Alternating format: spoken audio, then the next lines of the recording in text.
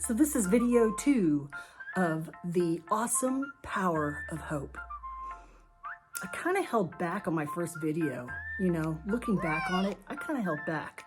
So I'm warning you, this video is about hope unleashed. Can you feel it? It's like saying Mufasa. Can you feel it? But before we get started, don't forget to like and subscribe. Did you know that these videos are coming to you from North Pole, Alaska? My story of hopelessness to hope actually includes me moving to Alaska. I might just tell you a little bit of that story before this video is done. Yay! But before then, let's Go deep. Since hope has been the topic for the last couple weeks, it's really been on my mind. And like I say in the videos, to slow down and pause to ponder. I've actually been thinking so much about hope and when it became really powerful in my life. And every time that hope was a part of the story, hopelessness always came before it, always. So it's almost like you're in this dark place and like a superhero, hope comes crashing in and changes the scene. It's pretty amazing. It's almost like being really hungry, really hungry, like starving, you're so hungry. And that's when food is so amazing. Except here, what I'm talking about is being hungry for hope, really searching for hope is when it becomes most effective, most impactful. Most memorable, like incredible, mind-blowing, life-changing. Like holy smokes. So let's take time to check out the butterfly. Have you ever seen a chrysalis? I'm sure you've heard of it, but have you seen it in real life? A cocoon? It looks like this dried wad of leaves. It literally looks like death hanging there.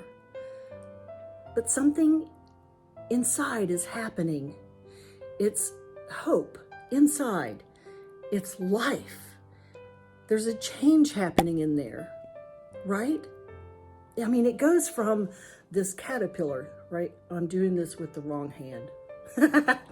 It's like this caterpillar that's crawling in the dust, crawling on the dirt. And then it hangs up on this little branch and becomes this crusty, flaky, yucky, dried thing. And right when you think its life is over, it's actually in a transformation of becoming a new creature where it pops out and it's this beautiful moth or butterfly. It's pretty incredible, actually. And it's the perfect picture of going from a hopeless state to hope. Just think about it. You're a butterfly. So speaking of hope, I talked to Bonnie Blades, who has spoke at many recovery conventions and shared her hope with the world. Well, she wants to share her story of hopelessness to hope with us. Let's listen in. I remember when I first started getting clean, and I was at that table where I used, and there was a lady there. And today she told me she didn't even like me then. And she was strong in her recovery and her faith. And then there was the young lady that I ran around with. And when she passed me that pipe, I was like, no, I quit using. And she started laughing. And she was killing my hope. But that amazing lady standing next to her looked at me and she says, you got this. You got this, Bonnie. So, all those people out there that try to kill your hope, don't let them kill your hope. You know, there was another little short story I got. I got a lot of stories. I was 44 years old when I got clean. And I had no hope. I was like, I can't read. I can't write. I have no hope. Today, I can read. I can write. I have hope. So I guess that's what I'm trying to say. Is if you're hanging out with people that have no hope, run. Get away. Pray for them. Hope is amazing. Makes your heart feel good. I have hope today. I love what Bonnie said. If you're hanging out with friends who have no hope, run. Run and pray for them. You know, who we call our friends is important. Our community is important because it shapes who we are. In my story, I was in an abusive relationship for years and years. And the more I tried to change it, the more I tried to fix it, the worse it got. I would ask people for ideas. I would ask people for help, for prayer. And it just seemed to get worse and worse. And I got to where I was so exhausted. I was so hopeless that I became a cutter. And then I attempted suicide. I was at the bottom.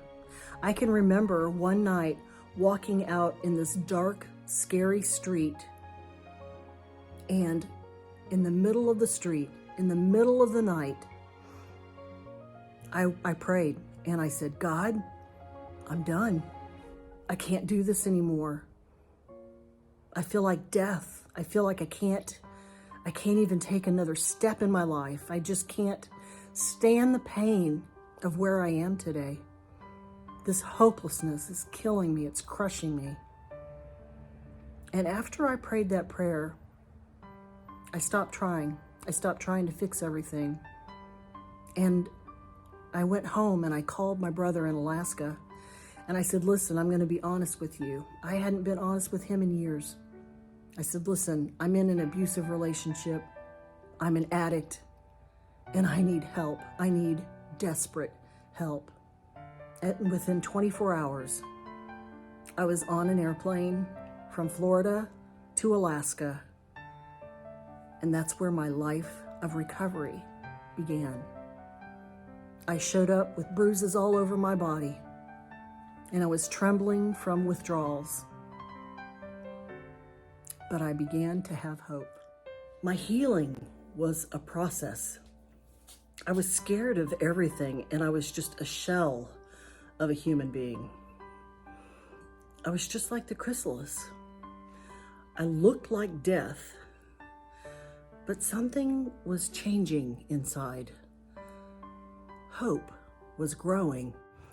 I got a new community that embraced me and believed in me.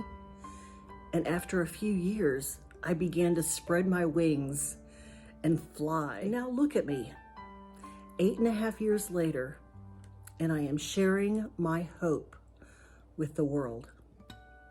That's pretty cool. So I walked out step 1 of the 12 steps. I admitted that I was powerless over my life